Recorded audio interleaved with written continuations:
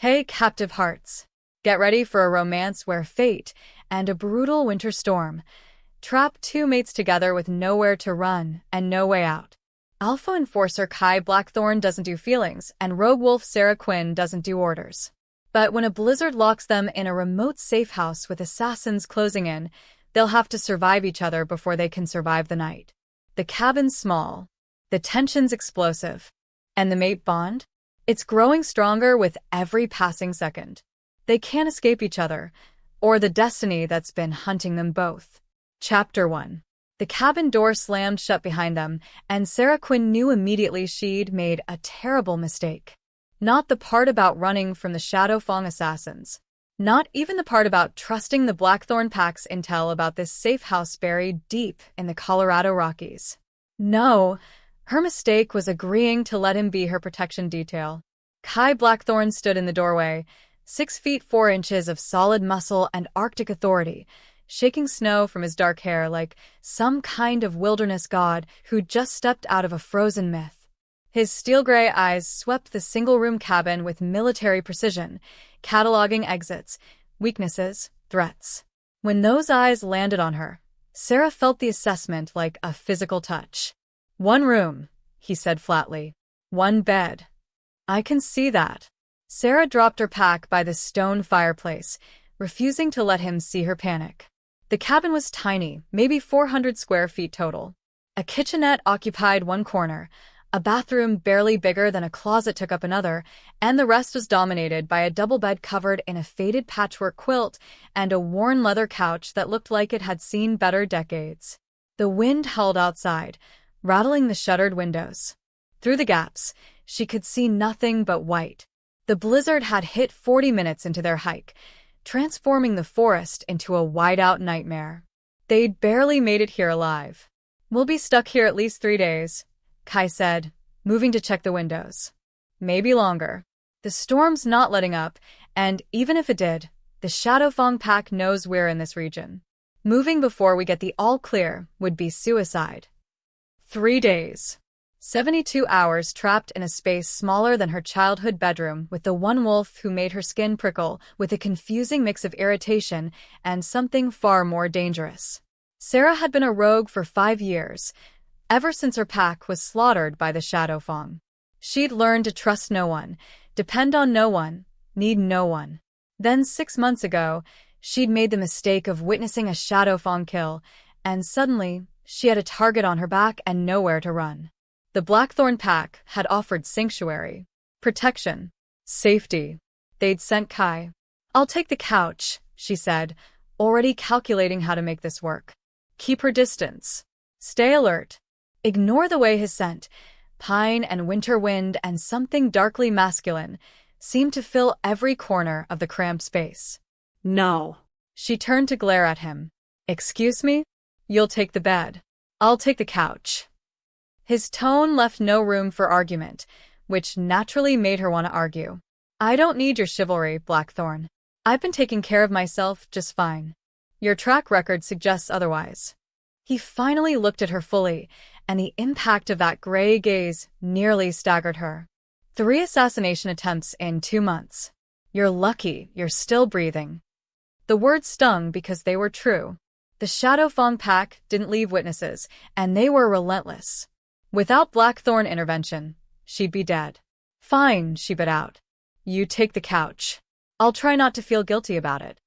Something that might have been amusement flickered across his severe features. "Somehow, I don't think guilt is an emotion you waste much energy on." Before she could formulate a suitably cutting response, Kai crossed to the fireplace and began building a fire with efficient, practiced movements. Within minutes, flames were crackling, throwing dancing shadows across the rough wooden walls. The temperature in the cabin started to rise, but Sera couldn't shake her chill. She was still wearing her snow-soaked jacket and boots, and her fingers had gone numb somewhere during the last mile of their desperate trek. "Get out of those wet clothes," Kai ordered without looking at her. "Hypothermia won't care how independent you are." Sera's wolf stirred restlessly beneath her skin, responding to the command in his voice in a way that made her deeply uncomfortable. She wasn't Pack. She didn't respond to alphas. She especially didn't respond to this alpha, no matter how much her traitorous body seemed to think otherwise. But he was right. Her jeans were soaked through, her jacket was crusted with ice, and she was starting to shiver. She dug through her pack and found dry clothes, thermal leggings, a soft flannel shirt, thick wool socks. Turn around. Kai stood, his massive frame somehow making the cabin feel even smaller. For a moment, she thought he might argue. Then, he simply turned his back, presenting her with a view of broad shoulders stretching his black thermal shirt and dark hair that curled slightly at his collar. Sera changed quickly, hyper-aware of every sound she made, every breath he took. The cabin's single room meant there was no privacy, no escape from his presence. Even with his back turned, she could feel him, could feel the steady, controlled power that radiated from him like heat from the fire. When she was dressed, she cleared her throat. Done. He turned back, and something flickered in his eyes as he took in her appearance. Gone so quickly she might have imagined it, but her wolf had caught it. Recognition. Hunger. No. She couldn't think like that. Couldn't wonder if he felt even a fraction of the strange, magnetic pull that had been growing stronger every moment they spent together. Your turn, she said, proud of how steady her voice sounded. Kai grabbed his own pack, but instead of asking her to turn around, he simply stripped off his wet shirt right there in front of the fire. Sera's mouth went dry. She'd seen male wolves shirtless before. Plenty of them.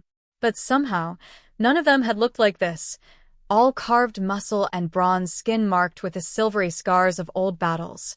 A tattoo curved over his left shoulder, black lines forming the Blackthorn Pack crest, a rose wrapped in thorns, beautiful and dangerous. He caught her staring and raised an eyebrow. Problem. Just wondering how you fit through doorways with an ego that big, she shot back, forcing herself to look away. She heard his low chuckle, dark and rich, and felt it like a touch down her spine. This was going to be a very long 3 days. Kai finished changing and moved to the kitchenette, investigating the supplies. Canned goods, mostly. Rice. Dried beans. We won't starve, but don't expect gourmet. I'll try to contain my disappointment. Sera sank onto the couch, finally starting to feel her fingers again. The fire was working its magic, turning the cabin from icebox to something almost cozy. Almost. Because cozy required feeling safe, and Sera hadn't felt truly safe in 5 years. Why you? She asked suddenly. Kai glanced over his shoulder. Why me what? Why did your alpha send you specifically to babysit me?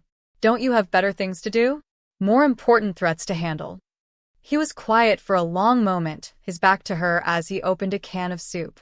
Alpha Marcus thought we'd be compatible. Compatible? She laughed, but it came out bitter.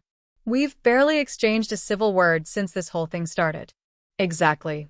He poured the soup into a battered pot and set it on the camp stove. No emotional complications.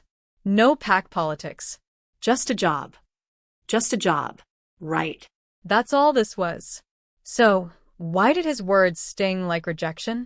Sera watched him cook with the same efficient competence he applied to everything else. No wasted movement. No hesitation. Kai Blackthorn was a wolf who knew exactly who he was and what he was capable of. She envied that certainty. The soup heated quickly, and they ate in silence, sitting on opposite ends of the couch with the wind screaming outside and the fire crackling between them. The food was bland but warm, and Sera felt her body finally starting to relax.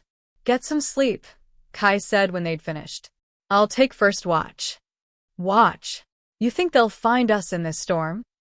His expression was grim. The Shadowfang Pack has trackers. Good ones. The storm will slow them down, but it won't stop them forever. We need to stay alert. Fear trickled cold down her spine, warring with exhaustion. How long has it been since you slept? Doesn't matter. It matters if you collapse and I have to drag your unconscious carcass around. Another flicker of amusement. Concerned about me, Quinn? Concerned about my survival, Blackthorn. But as she stood and moved toward the bed, she couldn't quite make herself believe that lie. Something was shifting between them in this tiny cabin, something that had nothing to do with survival and everything to do with the way his eyes followed her movements, the way her wolf settled when he was near, the way her heart raced every time he said her name. Sera crawled under the heavy quilts, and despite her best intentions, she felt herself drifting almost immediately. The warmth, the exhaustion, the strange sense of safety she felt with Kai's solid presence in the room, it all pulled her down into darkness. Her last conscious thought was a warning from her more rational mind. Don't get comfortable. Don't trust this. In 3 days, you'll be alone again, and he'll just be another wolf you failed to keep at arm's length. But as sleep claimed her, she could have sworn she felt his gaze on her like a physical caress, protective and possessive and impossibly tender. And outside, the storm raged on, burying them deeper in isolation, trapping them together. Chapter 2. Sera woke to the smell of coffee and the muted gray light of dawn filtering through the shuttered windows. For a disorienting moment, she didn't remember where she was. Then it all came rushing back. The blizzard, the cabin, Kai Blackthorn standing guard while she slept like some kind of medieval sentinel. She sat up, pushing hair out of her face, and found him exactly where she'd left him, on the couch, alert and watchful despite the fact that he clearly hadn't slept at all. Dark circles shadowed his eyes, but his posture was perfect, his attention sharp. "Morning," he said, his voice rough with exhaustion. "Storm's still going. We're not going anywhere." Sera swung her legs out of bed, her body protesting the movement. She'd slept hard, harder than she had in months, and guilt twisted through her. "You should have woken me for a shift. You needed the rest. So, do you?" She crossed to the kitchenette, acutely aware of how small the space was, how every movement brought them into each other's orbit. She poured herself coffee from the ancient percolator he'd somehow coaxed to life. "You're no good to either of us if you're dead on your feet. I've gone longer without sleep. Is this some kind of alpha male posturing? Because I'm not impressed." He finally looked at her fully, and she caught the exhaustion beneath the control. "It's not posturing. It's reality. I don't sleep well in hostile situations." Something in his tone made her pause. There was history there, old wounds barely healed. Nightmares? Kai's jaw tightened. Something like that. She should let it go. Should maintain the distance that kept her safe. But the words came anyway. What happened? For a long moment, she didn't think he'd answer. Then, "I lost someone. Someone I was supposed to protect. I was 17, on my first solo protection assignment. Fell asleep on watch." His voice was flat, emotionless, which somehow made it worse. "She died because I wasn't alert." The pain in those words was ancient and absolute. Sera recognized it because she carried the same kind of pain, the survivor's burden, the weight of everyone you couldn't save. "How long ago?" she asked softly. 15 years. "And you still punish yourself." His eyes met hers, storm gray and haunted. "Every day." Understanding crashed over her. This wasn't just a job to him. Every person he protected was a chance at redemption, an opportunity to rewrite the ending of a story that had already been written in blood. "I'm sorry," she said, and meant it. Kai stood abruptly, as if her sympathy was more dangerous than any weapon. "Don't be. It made me better at what I do." He moved to the window, peering through the shutters at the endless white. "We should inventory our supplies. Figure out how to ration if we're here longer than 3 days." The subject was clearly closed, but something had shifted. She'd seen behind his armor, even if only for a moment, and she couldn't unsee it. They spent the next hour taking stock. The cabin had been stocked for emergencies, canned goods, rice, beans, powdered milk, coffee, basic first aid supplies. Enough for 2 people to survive comfortably for a week, maybe 2 if they were careful. The forced domesticity was strange and uncomfortable. They moved around each other in the tiny space, learning each other's rhythms. Kai took up too much room, his presence overwhelming. Sera found herself hyper-aware of every accidental brush of shoulders, every moment when they reached for the same item. And beneath it all, that constant pull. the invisible thread that seemed to draw her toward him no matter how much she resisted. "Tell me about your pack," Kai said suddenly as they worked. Before the Shadow Fong attacked, Sera's hands stilled on the can she was organizing. "Why?" "Because we're going to be stuck here together for days. Might as well know each other beyond surface details. Or we could sit in comfortable silence." There's nothing comfortable about this situation. He had a point. The tension between them was thick enough to cut. Sera sighed. "We were small. Maybe 40 wolves total. The Riverbed Pack, down in New Mexico. My father was Alpha, my mother was the pack healer." Her throat tightened. They were good leaders. Fair. The pack was happy. Safe. What happened?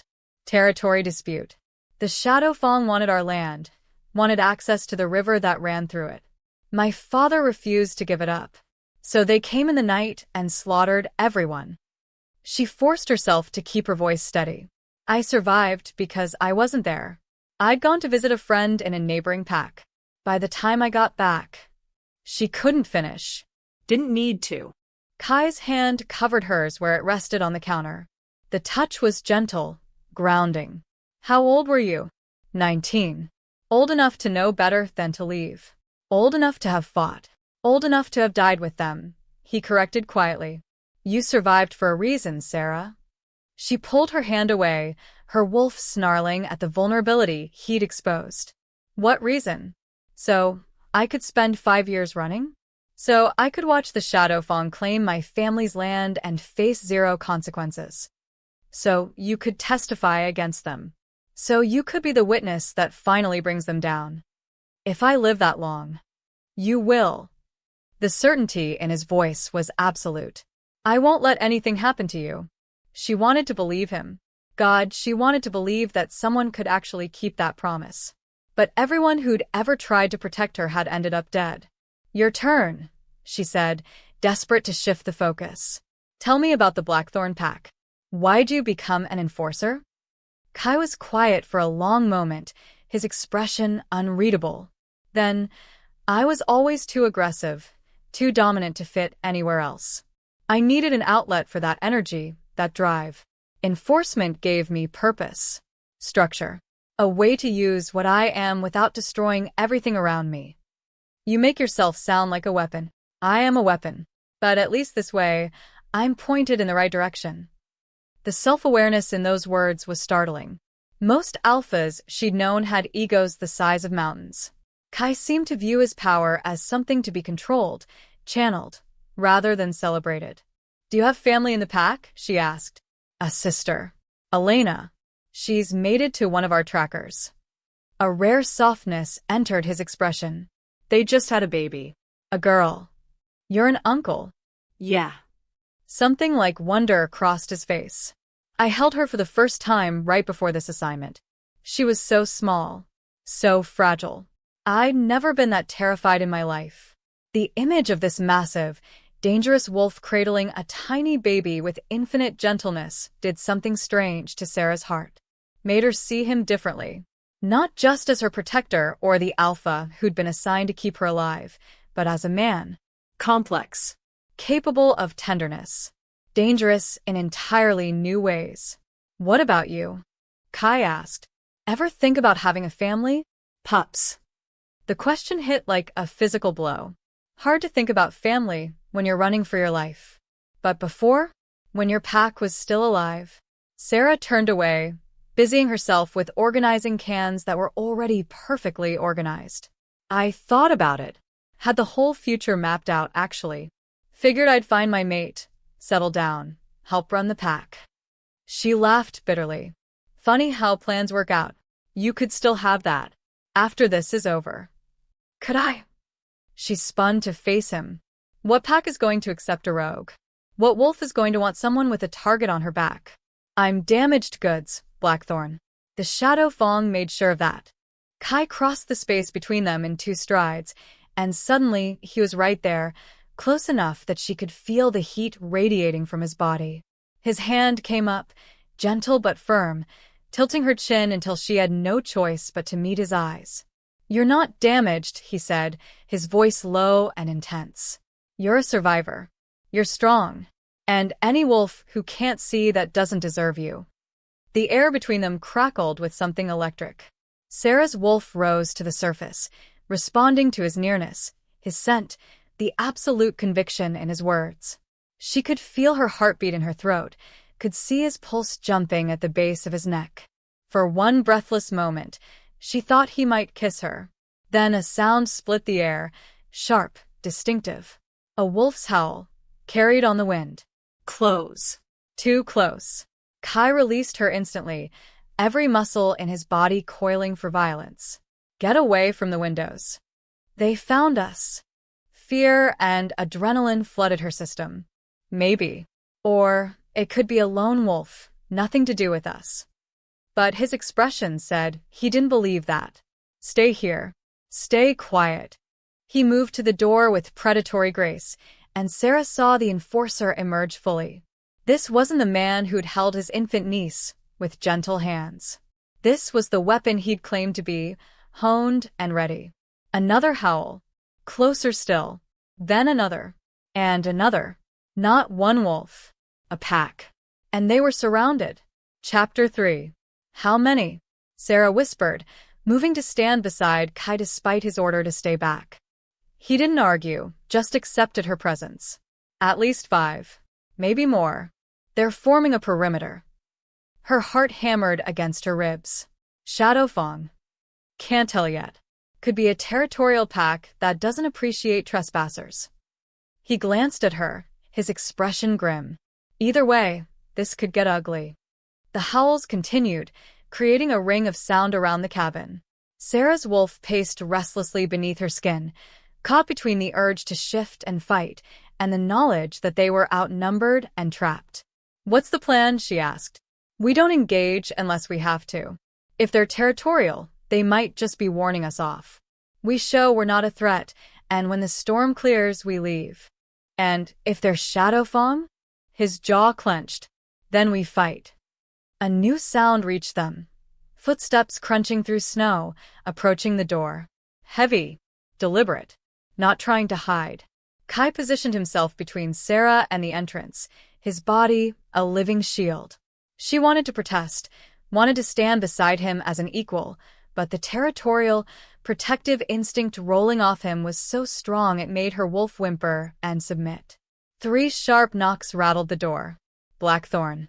The voice was male, rough and unfamiliar. "We know you're in there. Come out and talk." "No one has to die today." Kai's eyes flicked to Sera, a silent question. She nodded. They couldn't stay barricaded forever, and at least the stranger was offering communication over immediate violence. "I'm coming out," Kai called back. Alone. "My companion stays inside. No weapons." Agreed.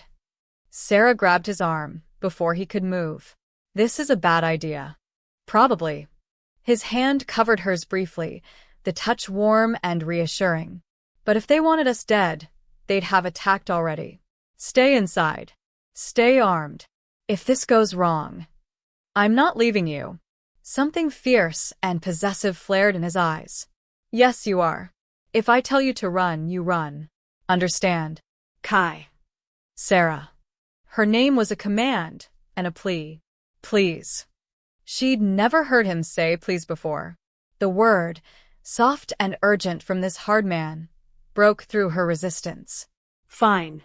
"But if you die out there, I'm going to be very annoyed." A ghost of a smile touched his lips. Noted. He opened the door and brutal cold rushed in along with swirling snow. Sera caught a glimpse of figures standing in a loose semicircle around the cabin, wolves in human form, dressed for winter hunting, their eyes gleaming with predatory interest. Then Kai stepped out, and the door swung shut behind him. Sera pressed herself against the wall beside the window, peering through a gap in the shutters.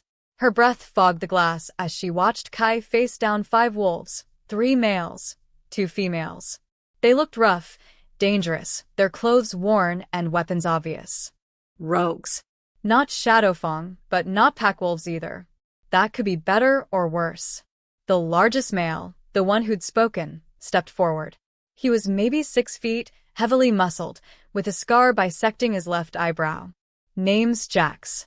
This is my crew. We run this territory. Kai Blackthorn. Blackthorn Pack Enforcer. Kai's voice carried through the wind, calm and authoritative. We're seeking temporary shelter. We'll leave as soon as the storm passes. Blackthorn Pack. Jax's expression shifted, something calculating entering his eyes. Long way from your territory, Enforcer. What brings you to our mountain? Private business. Private business that involves a female wolf who smells like she doesn't belong to any pack. One of the other males stepped forward, inhaling deeply. Interesting.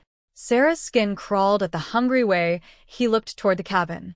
Her hand tightened on the knife she'd palmed from the kitchenette. The female is under my protection, Kai said, and even from inside, Sera heard the lethal warning in those words. She's not your concern. Everything in our territory is our concern. Jax circled slowly, studying Kai like a predator assessing prey. You're trespassing. That requires compensation. Name your price.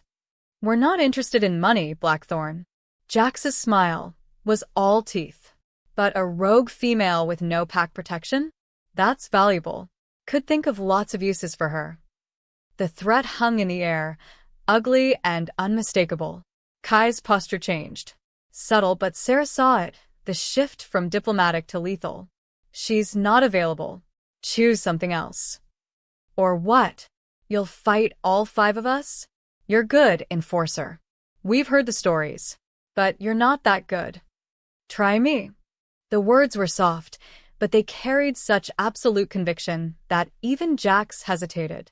Then everything went to hell. The hungry male lunged forward, trying to dart past Kai toward the cabin. Kai moved with brutal efficiency, intercepting him mid-stride. The crack of bone on bone echoed as Kai's fist connected with the male's jaw, sending him sprawling into the snow. Anyone else? Kai asked calmly, standing over the groaning wolf. Jax's eyes narrowed. You just made a big mistake.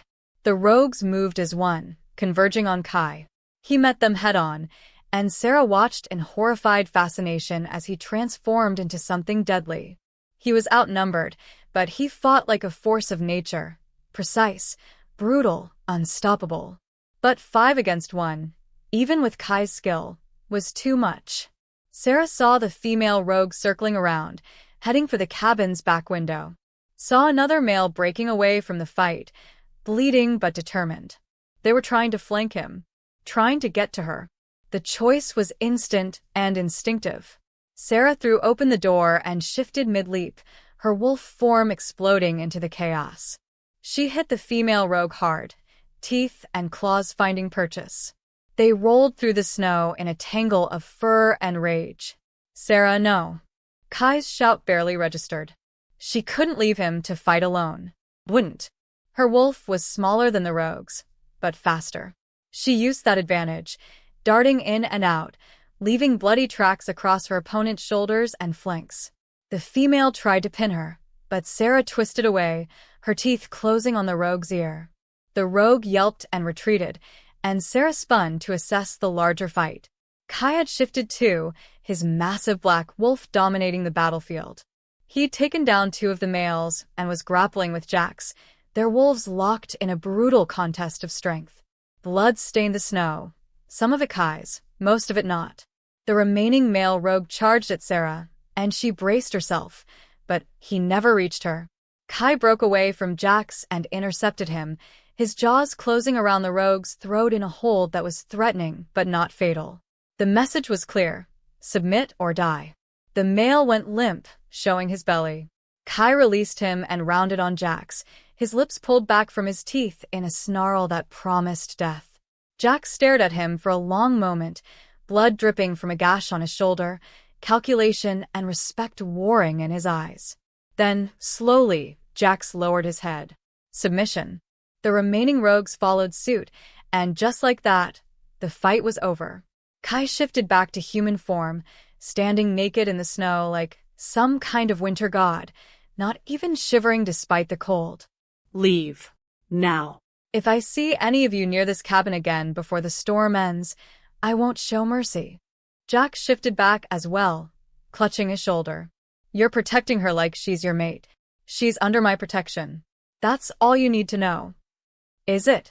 Jax's eyes moved to Sera, who'd shifted back and was trying very hard not to look at Kai's naked body.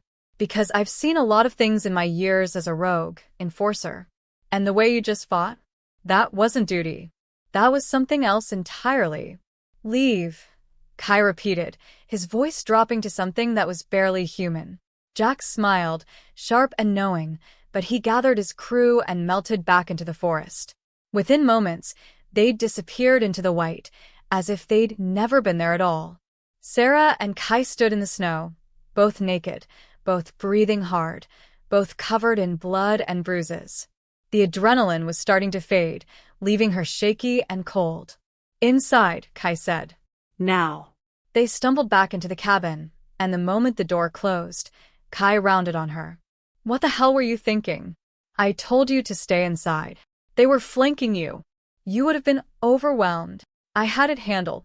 You were bleeding. 1 against 5 isn't handled, it's suicide. They were shouting at each other, standing too close, both of them riding the knife edge between rage and something far more dangerous. Sera could feel the heat pouring off his body, could smell the blood and sweat and the darker, muskier scent of his wolf. You could have been killed, Kai said, and his voice cracked on the words. If something had happened to you. But it didn't. I'm fine. We're both fine. This time. He grabbed her shoulders, his grip just shy of painful. You don't understand. I can't lose another person I'm supposed to protect. I can't go through that again. The raw emotion in his voice stopped her cold. She saw past the anger to the fear beneath, the old wound that had never healed. Kai, she said softly.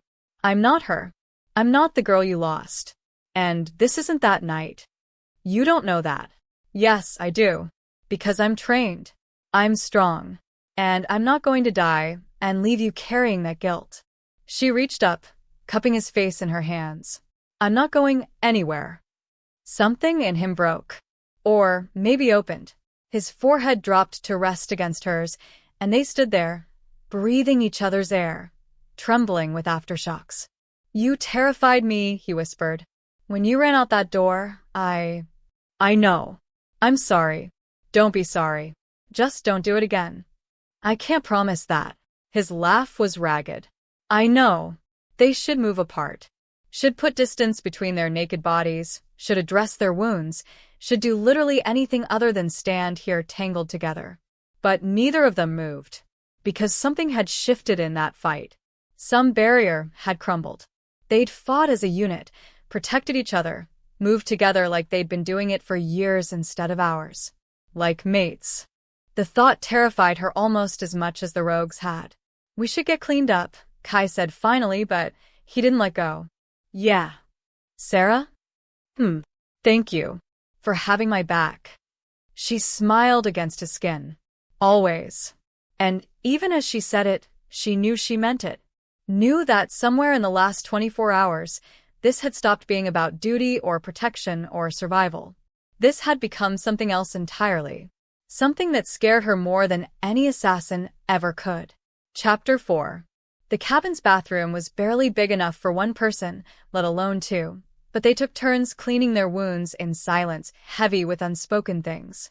Sera went first, wincing as she wiped blood from the scratches across her ribs. Most of them were superficial. Her wolf healed fast, but there was one deeper gash on her shoulder that would take longer to close. Let me, Kai said from the doorway, and before she could protest, he was there, gentle hands assessing the damage. She should tell him she could handle it. Should maintain some semblance of independence. But the truth was, his touch felt good. Grounding. Safe. This needs cleaning, he murmured, reaching for the first aid kit. It's going to sting. I've had worse. I know. His eyes met hers in the mirror, and she saw a reflection of her own scars there, emotional ones that ran deeper than any physical wound. Doesn't mean I have to like it, He cleaned the wound with careful efficiency, and Sera found herself studying him in the mirror. The strong line of his jaw, the way his dark hair fell across his forehead, the absolute concentration in his expression as he tended to her. When had she started finding him beautiful? All done, he said, stepping back. Your turn to play nurse. They switched positions, and Sera's breath caught when she saw the extent of his injuries. Jax had gotten in some good hits. There were deep claw marks across Kai's chest, a nasty bite on his shoulder, and his knuckles were split and bleeding. You said you had it handled, she said, trying for levity to mask her concern. I did handle it. This is your idea of handled? She dabbed antiseptic on the wounds, trying to be gentle. You're lucky they didn't tear you apart. They tried. I'm hard to kill. Don't joke about that.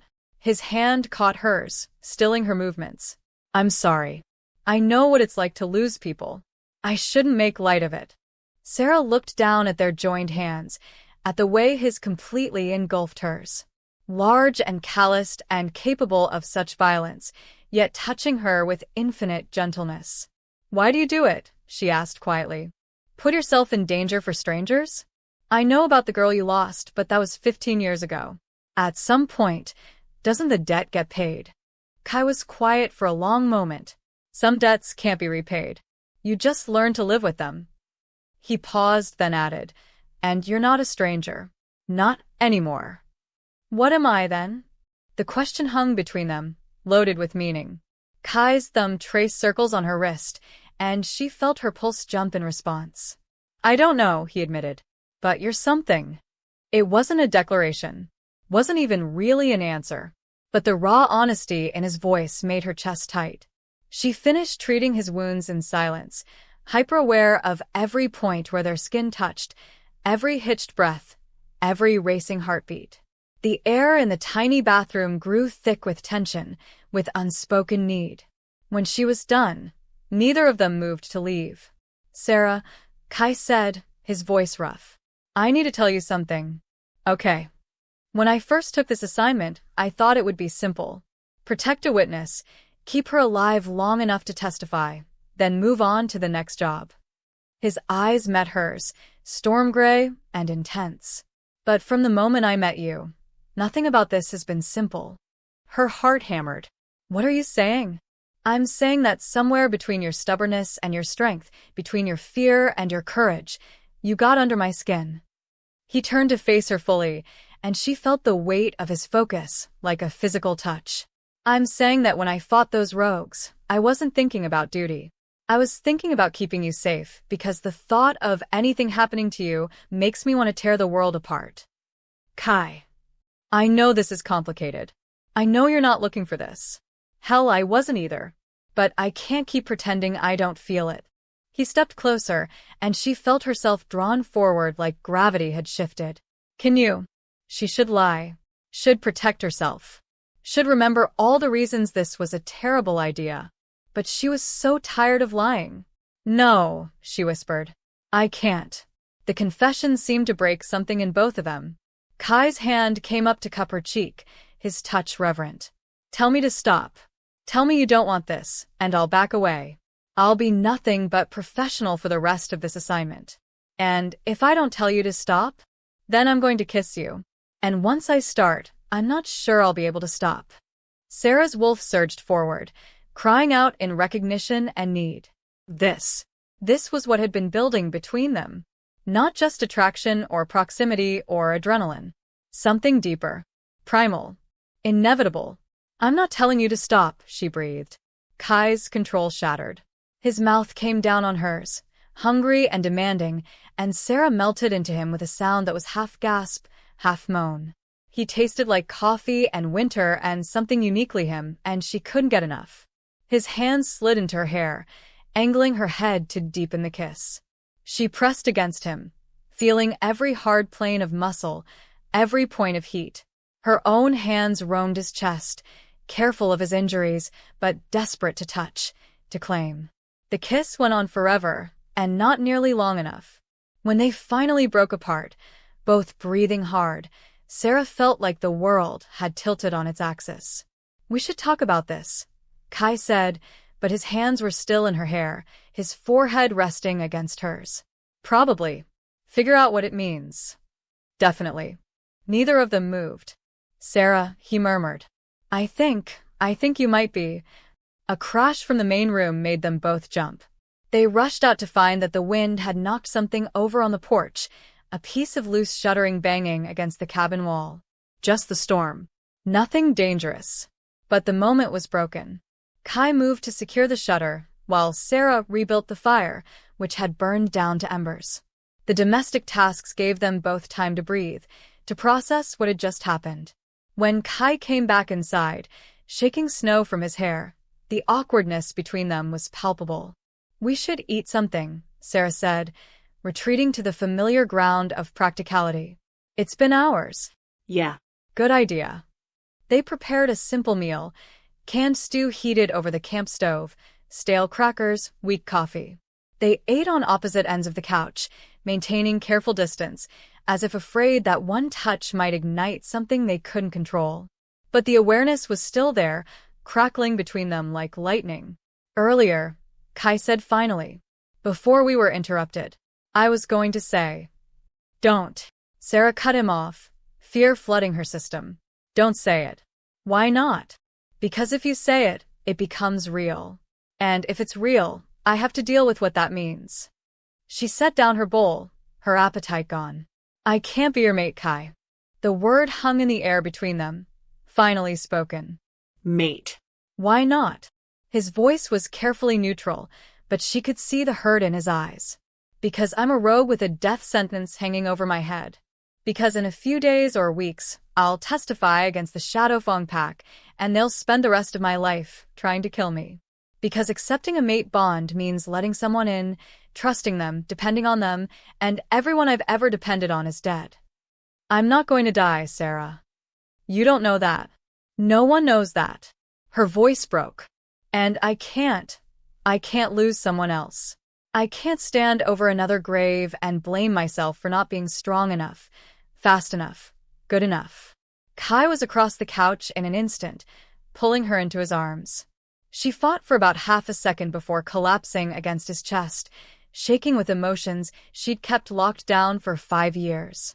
Listen to me, he said fiercely. I am not your family. I'm not some untrained pack member who got caught in a Shadowfang ambush. I'm an alpha enforcer with 15 years of combat experience. I've survived things that would kill most wolves. And I'm not going anywhere. You can't promise that. No. But I can promise that I will fight like hell to keep both of us alive. That I will do everything in my power to protect what's mine. His hand tilted her chin up, forcing her to meet his eyes. And you are mine, Sera. Whether you accept the bond or not, whether you run from it or embrace it, you're mine. I felt it the moment I met you. That's just the bond talking. Mate bonds can be intense, but they're not always right. Sometimes they fade. Is that what you think this is? Some biological imperative that will fade once the danger passes. He laughed, but there was no humor in it. I've met dozens of unmated females in my life, Sera. Beautiful, strong, compatible. Never felt even a fraction of what I feel for you. This isn't just biology. This is you. Your strength. Your stubbornness. The way you refuse to give up even when everything's against you. The way you make me laugh. The way you challenge me. Kai. You don't have to accept it. I won't force the bond on you. But don't tell me it isn't real. Don't diminish what we both know is between us. Sera stared at him, at the absolute conviction in his expression, and felt her carefully constructed walls crumbling. He was right. She'd known from the first moment, on some instinctive level that went beyond logic or fear. Kai Blackthorn was her mate, and that terrified her more than any assassin ever could. What if I'm not ready? She whispered. Then we take it slow. We figure it out together. No pressure. No expectations. His thumb stroked her cheek. But don't ask me to pretend I don't feel it. I've spent 15 years living half a life, keeping everyone at arm's length. I'm done with that. With you, I want to be whole again. The vulnerability in those words undid her. This strong, dangerous wolf laying himself bare, offering her his heart with full knowledge that she might reject it. How could she say no to that? I'm scared, she admitted. I know. So am I. What if it doesn't work? What if the bond isn't enough? Then we'll deal with it. Together. He pressed a kiss to her forehead, gentle and grounding. But I think you're underestimating us. We're stronger together than apart. Today proved that. He was right. In the fight against the rogues, they'd moved as one, anticipated each other, protected each other. It had felt natural. Right. Like coming home. Okay, she said finally. Okay, we can try. See where this goes. The smile that broke across Kai's face was devastating. Pure joy, unguarded and real. He kissed her again, softer this time, reverent. Thank you. Don't thank me yet. I'm probably going to be a nightmare about this. I'm counting on it. They sat together as the fire crackled and the storm raged on outside, and for the first time in 5 years, Sera let herself imagine a future. One where she wasn't running, where she had a pack, a home, a mate. It was terrifying and exhilarating in equal measure, and she couldn't wait to see where it led. Chapter 5. The second night in the cabin was different from the first.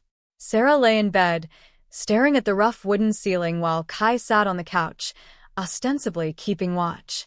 But she could feel his attention on her, could sense the pull of the bond like a living thing between them. They'd spent the afternoon in careful domesticity, preparing food, checking their supplies, reinforcing the cabin's defenses. All the while dancing around each other, hyper-aware of every glance, every accidental touch. The storm showed no signs of letting up. If anything, it had intensified, the wind howling like wounded animals and snow piling higher against the walls. They were well and truly trapped, alone together, with a mate bond neither of them could ignore anymore. You should sleep, Kai said softly from across the room. I can feel your restlessness from here. That's the bond. Among other things, she heard the smile in his voice. Your emotions are loud, Sera. You always broadcast exactly what you're feeling, even when you're trying to hide it. She sat up, pulling the quilt around her shoulders. The fire had burned low, casting the cabin in shadows and amber light. Kai was silhouetted against the window, all broad shoulders and controlled power. What am I feeling right now? She challenged. He turned to face her, his eyes gleaming in the darkness. Curious, nervous, wanting something but afraid to reach for it. He paused. Am I close? Too close. Uncomfortably close. Show off, she muttered. His low chuckle felt like a caress down her spine. It's not showing off when you're broadcasting it at full volume. Though I have to say, the wanting part is particularly distracting. Heat flooded her cheeks. I don't, Sera. He crossed to the bed, sitting on the edge with careful distance between them. We're mates. There's no shame in desire. It's natural. Inevitable, even. Is that what you feel? Desire? Among other things. He echoed his earlier words, but this time his voice was rougher. I feel a lot of things when it comes to you. Most of them inappropriate for someone who's supposed to be professionally protecting you. We're past professional, don't you think? Way past. His hand reached out, fingertips tracing the line of her jaw. Which is why I'm trying very hard to be a gentleman about this. To give you time. Space. Whatever you need. What if I don't want space? The words came out before she could stop them, and she watched his control fracture. His pupils dilated, his breathing changed, and the scent of his arousal flooded the small space, dark and masculine and utterly intoxicating. Sera, he warned, don't say things like that unless you mean them. I mean them. She caught his hand, pressing it more firmly against her cheek. I've spent 5 years alone, Kai. 5 years not letting anyone close, not trusting anyone, not feeling anything but fear and anger. And then you walked into my life and made me feel everything else. Made me remember what it's like to want, to need. We don't have to rush this. What if I want to rush it? What if I'm tired of being careful? She shifted closer until she could feel the heat radiating from his body. What if I want you to claim me properly? Complete the bond. Kai's control was hanging by a thread. She could see it in the tension of his muscles, the clench of his jaw, the way his hands fisted in the quilt to keep from reaching for her. If we do this, he said, his voice strained, there's no going back. The mate bond, once consummated, is permanent. You'd be tied to me for life. I know. And you're sure? You're not just reacting to proximity, to danger, to... She kissed him to shut him up. Poured 5 years of loneliness and longing into it, let herself be vulnerable in a way she hadn't allowed since her pack died. Kai groaned against her mouth and pulled her into his lap, his control finally shattering completely. His hands slid into her hair, his kiss turned hungry and demanding, and Sera felt her wolf rising to meet his, crying out in recognition and joy. Mate. Mine. Ours. They fell back onto the bed together, a tangle of limbs and desperate kisses. Kai's hands roamed her body with reverent possession, learning every curve, every sensitive spot. When he pulled back to look at her, his eyes were glowing silver, his wolf at the surface. Last chance, he rasped. Tell me to stop. Don't you dare. He claimed her mouth again as his hands found the hem of her shirt. They undressed each other with urgent need, clothes disappearing into the darkness until there was nothing between them but heat and want and the inexorable pull of the bond. You're so beautiful, Kai murmured against her throat, his lips tracing the line of her pulse. So damn perfect. Mine. Yours, she agreed, arching into his touch. Kai, please. I know, sweetheart. I've got you. He positioned himself above her, his weight braced on his forearms, giving her one last chance to change her mind. But Sera just pulled him closer, wrapping her legs around his waist in clear invitation. When he finally claimed her, sliding home with one smooth thrust, they both cried out. The physical sensation was intense, but it was nothing compared to the emotional impact, the bond snapping into place fully, permanently, irrevocably. Sera felt Kai's emotions flood through the new connection. His fierce protectiveness, his overwhelming desire, his absolute devotion, and beneath it all, something softer and more terrifying, love. Real. Deep. Unshakable. He loved her. Had probably loved her from the moment they met, even if he hadn't named it. And she, God help her, loved him too. The realization made her gasp, and Kai stilled, concern flickering across his face. Are you okay? Am I hurting you? No. It's just, I can feel you. Everything you feel. She couldn't find words for the enormity of it. Understanding softened his expression. Overwhelming. Yes. But good. So good.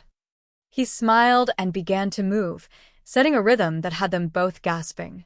Every thrust sent pleasure cascading through the bond, amplified and reflected back until Sera couldn't tell where she ended and Kai began. They moved together like they'd been made for this, like their bodies had been designed specifically to fit, to pleasure, to complete each other. When Sera shattered, crying out his name, Kai followed her over the edge with a roar that shook the cabin walls. In that moment of completion, the mate bond sealed fully. Permanent. Unbreakable. Sacred. They collapsed together, breathing hard, tangled in quilts and each other. Kai rolled to the side, pulling Sera against his chest, his hand stroking lazy patterns on her spine. That was... Sera started, then trailed off. What words could possibly capture what they'd just shared? Yeah, Kai agreed, pressing a kiss to her temple. That was... They lay in comfortable silence, listening to the storm outside and each other's heartbeats. Sera felt different, lighter somehow, like a weight she'd been carrying for years had finally lifted. I can feel you, Kai murmured sleepily. Your contentment. Your happiness. It's incredible. I can feel you too. Your satisfaction. Your possessiveness. She smiled against his chest. Your smugness. He laughed, the sound rumbling through her. Can you blame me? I just claimed the most stubborn, beautiful wolf in existence as my mate. Claimed? Pretty sure it was mutual. Oh, it definitely was. His arm tightened around her. But I'm still going to be insufferably smug about it. Sera lifted her head to look at him. In the firelight, he looked younger, more relaxed than she'd ever seen him. The harsh lines of worry and responsibility had smoothed out, leaving behind something softer. "No regrets?" she asked quietly. "Not a single one." He cupped her face, his thumb stroking her cheek. "You?" "I'm terrified," she admitted. "Of how much I feel for you. Of what it means. Of what could happen if. Then we'll be terrified together." He pulled her down for a kiss, sweet and lingering. "But we'll also be strong together. Happy together. Whatever comes, Sera, we face it as a unit now. You're not alone anymore." The words hit her harder than any declaration of love could have. Because being alone was what she'd become accustomed to. It was her armor, her protection. Kai was asking her to shed that armor completely. And somehow, with the bond humming between them warm and real, she found she wanted to. "Tell me about the Blackthorn Pack," she said, settling back against his chest. "Since I guess I'm going to be joining it." She felt his surprise through the bond, followed by pure joy. "You want to join the pack? Where else would I go? Can't exactly be a rogue mate to a pack enforcer." She traced idle patterns on his skin. "Besides, you made me curious. What kind of pack raises wolves like you?" Kai was quiet for a moment, gathering his thoughts. "Alpha Marcus is good." Fair. "He took over 20 years ago when his father stepped down, and he's built something special. We're not the biggest pack, but we're strong. Loyal. We take care of our own. And they'll accept me? A rogue with baggage. They'll accept you because you're my mate. But more than that, they'll accept you because of who you are." His hand found hers, their fingers intertwining. "Marcus has a soft spot for survivors. For wolves who've been through hell and come out fighting. Sounds like he and I will get along. You'll love Elena too. My sister. She's going to be so excited to have another female around. The pack's pretty male-heavy right now." Sera smiled at the warmth in his voice when he mentioned his sister. "Tell me about her." "She's 5 years younger than me. Trouble since the day she was born." Affection colored every word. "She's a healer like your mother was. Has this gift for knowing exactly what people need, whether it's medicine or just someone to listen. She sounds wonderful." She is. "And she's going to love you." They talked long into the night, sharing stories and dreams and fears.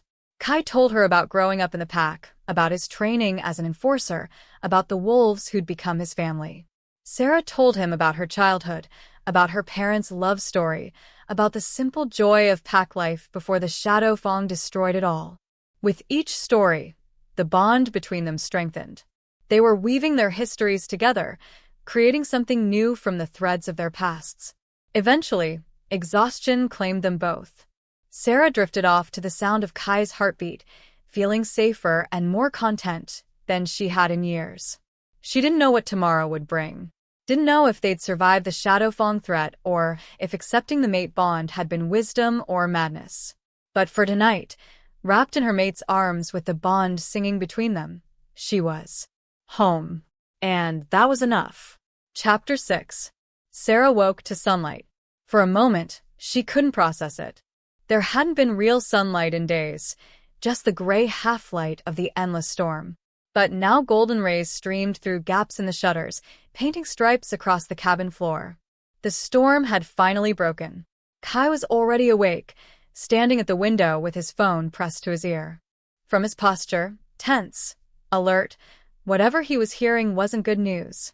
Sera sat up, pulling the quilt around herself, and felt his attention shift to her immediately through the bond. Warmth, concern, affection, and beneath it all, worry he was trying to hide. "Understood," Kai said into the phone. "We'll stay put until the extraction team arrives." "Ite." He paused, listening. "Copy that. Blackthorn out." He ended the call and turned to face her, and the expression on his face made her stomach drop. "What's wrong?" "That was Alpha Marcus. The Shadow Fong pack has been more active than we thought." He crossed to the bed, sitting beside her. "They hit 3 of our safe houses in the last 48 hours. Looking for you. Fear trickled cold down her spine. Anyone hurt? Minor injuries. Nothing serious. But they're escalating. Getting bolder. His hand found hers, warm and grounding. Marcus wants us to stay here until he can send a full security detail. Maybe another day or two. They won't find us here. The storm covered our tracks. Sera. The gentleness in his voice was almost worse than anger would have been. The storm also trapped us. If they do find us, we have nowhere to run. No backup. No escape route. He squeezed her hand. I can protect you against 5 rogues. But if the Blackthorn Pack sends a real hunting party, 10, 15 wolves, the odds shift dramatically. She wanted to argue, wanted to insist they'd be fine, that together they could handle anything. But the mate bond wouldn't let her lie to herself. She could feel Kai's genuine concern, his tactical assessment of their vulnerabilities. So what do? We prepare. We turn this cabin into a fortress, and we pray the extraction team gets here before the Blackthorn Pack does. He stood, already shifting into enforcer mode. Get dressed. We have work to do. They spend the next few hours reinforcing the cabin's defenses. Kai showed Sera how to set tripwires around the perimeter using fishing line from the emergency supplies, how to create noise traps that would alert them to approaching wolves, how to barricade the windows and door without making it obvious from the outside. Working together felt natural. The bond helped. Sera could anticipate what Kai needed before he asked, could feel his approval when she executed something correctly. They moved like a well-oiled machine, efficient and synchronized. You're good at this, Kai observed as they took a break for lunch. Tactical thinking. Following through under pressure. Ever considered pack security work? Sera laughed, but there was no humor in it. Hard to join pack security when you don't have a pack. You have one now. His eyes met hers, serious and intent. I meant what I said last night. When we get back to Blackthorn territory, you'll be welcomed as my mate. That comes with protection, status, a place to belong. The offer was everything she'd dreamed of for 5 years. Yet doubt crept in, insidious and familiar. What if they don't accept me? What if they will? His certainty was absolute. And if anyone has a problem with it, they answer to me. The protective growl in his voice made her wolf purr with satisfaction. But the human part of her, the part that had learned to expect rejection and loss, couldn't quite let go of the fear. Tell me the truth, she said quietly. Are we going to survive this? The Blackthorn Pack, the testimony, all of it. Kai was quiet for a long moment. When he finally spoke, his honesty was brutal and beautiful. I don't know. The Blackthorn Pack is dangerous. Ruthless. They've killed for less than what you represent. He cupped her face in his hands. But I know that I will fight with everything I have to keep you alive. I know that our pack will stand with us. And I know that you're stronger than you give yourself credit for. That's not a yes. No. It's not. He pressed his forehead to hers. But it's the truth. And I'd rather give you truth than false promises. She appreciated that more than he knew. Too many people had made her promises they couldn't keep. At least Kai respected her enough to be honest about the danger they faced. Then we fight, she said firmly. Together. Whatever happens. Together, he agreed, sealing the promise with a kiss. They finished their preparations as the sun climbed higher, melting the snow in patches and transforming the landscape from white nightmare to something almost beautiful. But beauty brought its own dangers. Visibility worked both ways. Around mid-afternoon, the first tripwire went off. The sound was soft, just a tin can rattling against wood, but in the quiet cabin, it might as well have been a gunshot. Kai was across the room in an instant, weapon drawn, every muscle coiled for violence. How many? Sera whispered, her own hand finding the knife at her belt. Kai's eyes had gone silver, his wolf at the surface, senses extended. 1. Moving slowly. Careful. He paused, concentrating. Wait. I know that scent. Before Sera could ask what he meant, a familiar voice called from outside. Blackthorn. It's Jax. I'm alone and unarmed. Need to talk. It's urgent. Kai and Sera exchanged glances. The rogue leader from 2 days ago, what was he doing back here? Could be a trap, Sera said. Probably is. But Kai moved toward the door anyway, cautious but not afraid. Stay back. If this goes bad, run for the back window. There's a trail about half a mile east that will take you. I'm not leaving you, Sera. We're mates now, remember? That means I don't run when things get dangerous. We've had this conversation. She positioned herself beside him, ignoring his frustrated growl. Besides, you might need backup. I'm getting pretty good at that. Despite the tension, she felt his reluctant amusement through the bond. You're going to be the death of me. Probably. But what a way to go. Kai opened the door, and Jack stood there in the melting snow, hands raised to show he was indeed unarmed. He looked rough, his shoulder was bandaged where Kai had injured him, and he had shadows under his eyes that spoke of little sleep. This better be good, Kai said coldly. You've got 30 seconds before I decide you're a threat. The Blackthorn Pack is coming, Jack said without preamble. They'll be here by nightfall. Maybe 20 wolves, heavily armed, and they're out for blood. Sera's heart stuttered. How do you know? Because they approached my crew yesterday. Offered us a bounty to tell them if we'd seen a female rogue and a Blackthorn enforcer in these mountains. Jax's eyes flicked between them. Big bounty. The kind that makes desperate wolves do stupid things. And what did you tell them? Kai's voice was dangerously soft. Nothing. Yet. Jax shifted uncomfortably. Look, you kicked our asses 2 days ago. Fair fight, no complaints. But you also could have killed us, and you didn't. That means something in my world. He focused on Kai. I don't love the Blackthorn Pack. They're ambitious, brutal, and they don't respect the old ways. But my crew is starving. We're barely surviving out here. So you came to warn us before you sell us out? Sera couldn't keep the bitterness from her voice. How noble. No. Jax's jaw tightened. I came to offer a deal. You help my crew, food, supplies, maybe a recommendation to your alpha for sanctuary, and we help you fight. Even the odds a bit. Kai studied him for a long moment, and Sera could feel him weighing the offer through the bond. Trust versus necessity. Honor versus survival. Why would we trust you? Kai asked finally. Because you don't have a choice. Jax's expression was grim. 20 Blackthorn wolves against 2 of you? You're good, Blackthorn, but you're not that good. And your mate. He glanced at Sera with something like respect. She fights well, but she's not trained for this kind of combat. The Blackthorn Pack will overwhelm you through sheer numbers.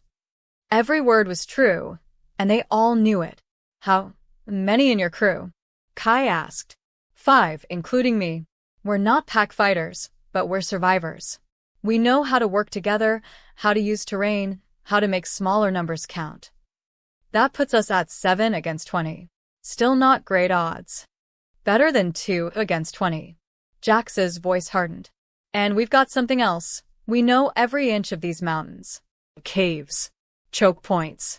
Places where a small force can hold against a larger one. We make our stand somewhere smart, and we might just survive this. Sera felt Kai's conflict through the bond. Every instinct screamed not to trust rogues who'd attacked them days ago. But his tactical mind was running the numbers, calculating their chances with, and without help. What do you want in return? Kai asked. Specifically. Safe passage to Blackthorn territory. A chance to petition your alpha for membership. And enough supplies to survive the journey. Jax met Kai's eyes steadily. We're tired, Enforcer. Tired of running, tired of barely surviving. If your pack is as good as you say, if they accept wolves who've been through hard times, then that's worth fighting for. It was a risk. A huge one. But Sera found herself wanting to take it. Something about Jax's desperation felt genuine. She recognized it because she'd lived it for 5 years. She reached out through the bond, letting Kai feel her thoughts. Not pushing, just offering her perspective. Whatever he decided, she'd support. Kai was quiet for another long moment. Then, you get us through this alive, and I'll personally vouch for you and your crew to Alpha Marcus. He's fair.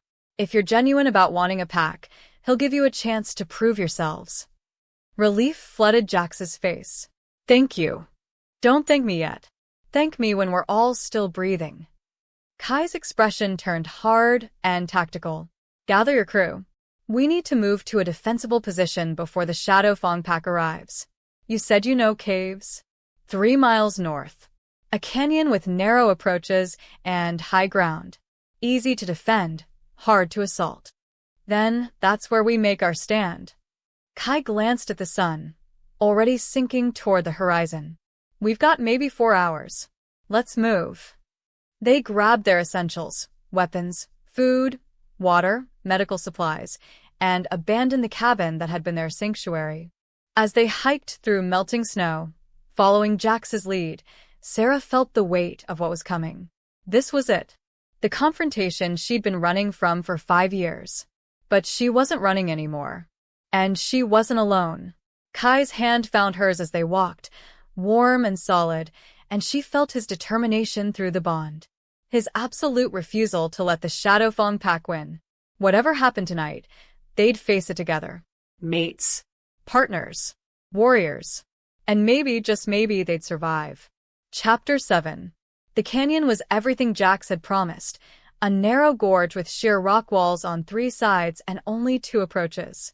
A natural fortress, assuming you could hold the choke points. Jax's crew was already there when they arrived.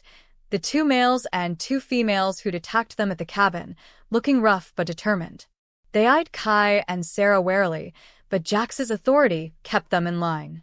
Everyone listen up, Jax called, his voice carrying in the enclosed space. The Blackthorn Pack will be here within the hour. They want the female rogue, and they'll go through anyone who gets in their way. So here's the deal. We work together, follow Blackthorn's lead, and maybe we all live to see morning. Questions? One of the males, the one Kai had knocked out at the cabin, stepped forward. Why should we risk our necks for some rogue we don't even know? Because I gave my word, Jax said flatly.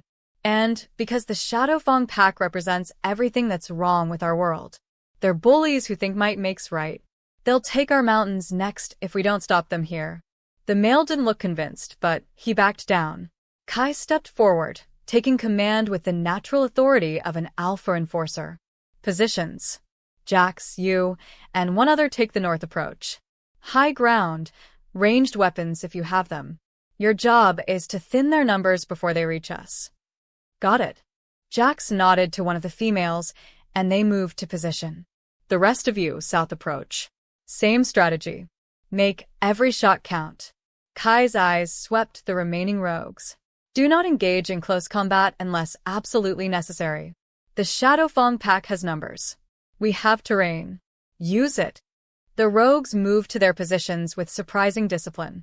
Maybe they'd underestimated what it took to survive as rogues in hostile territory. When they were alone, Kai turned to Sera. You stay with me. Center of the canyon, protected on all sides. Absolutely not. Sera. We've had this argument. Multiple times. I'm not hiding while everyone else fights. She grabbed his arm, forcing him to look at her. I can fight. You know I can. And you need every warrior you've got. Through the bond, she felt his fear for her safety warring with his respect for her abilities. Finally, reluctantly, he nodded. Fine. But you stay close. If things go bad, we fight harder. She rose on her toes to kiss him, quick and fierce. Together, remember? Together, he agreed, but she could feel his terror at the thought of losing her. They didn't have time for more discussion. The sun was setting, painting the canyon in shades of orange and red, and in the distance, Sera heard the sound she'd been dreading for 5 years. Howls. Multiple voices, organized and aggressive. The Blackthorn Pack had arrived.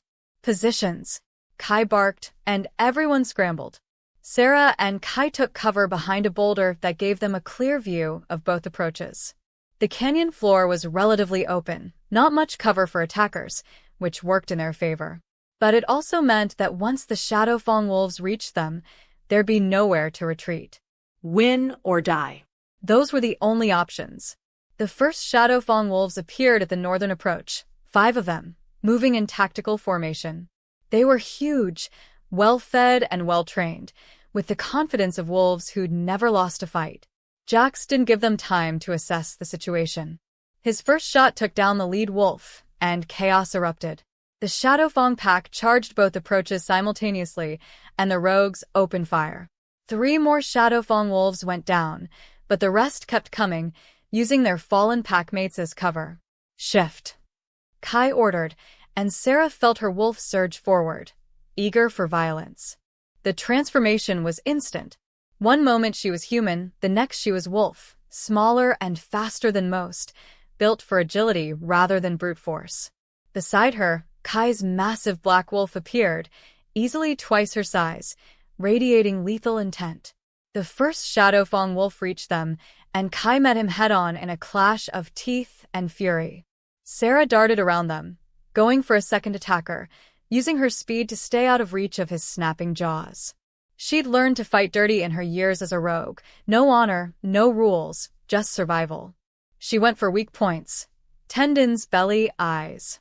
The Shadow Fang wolf yelped and retreated, blood streaming from a gash across his muzzle. But for every wolf they drove back, 2 more appeared. The canyon was filling with Shadow Fang wolves, and despite the rogues' best efforts, they were being overwhelmed. Sera caught glimpses of the battle through the chaos. Jax fighting back-to-back with his female companion, both of them bloodied, but still standing. The other rogues struggling to hold their positions as Shadow Fang wolves pressed their advantage. And Kai was magnificent. He fought like a demon, taking on multiple opponents simultaneously, protecting Sera and the rogues with equal ferocity. But even he couldn't be everywhere at once. A Shadow Fang wolf broke through their line, heading straight for Sera with murder in his eyes. She braced herself, but before he could reach her, one of the male rogues intercepted him. They tumbled across the canyon floor in a tangle of fur and teeth. The rogue didn't get back up. Sera felt the bond between her and Kai pulse with shared grief and rage. They were losing. The Shadow Fang pack was too many, too strong, too organized. Then she heard it, more howls, but from a different direction. Not Shadow Fang. These voices were deeper, more disciplined. And they were singing the Blackthorn Pack's war cry. Hope exploded in Sera's chest. The extraction team. They'd made it. New wolves poured into the canyon from the western approach, 10 Blackthorn warriors in full combat gear, led by a massive gray wolf that could only be Alpha Marcus himself. They hit the Shadow Fang flank like a hammer, and suddenly the tide turned. The Shadow Fang pack, caught between the defenders and the newcomers, began to falter. Some tried to retreat, but the Blackthorn wolves cut off their escape.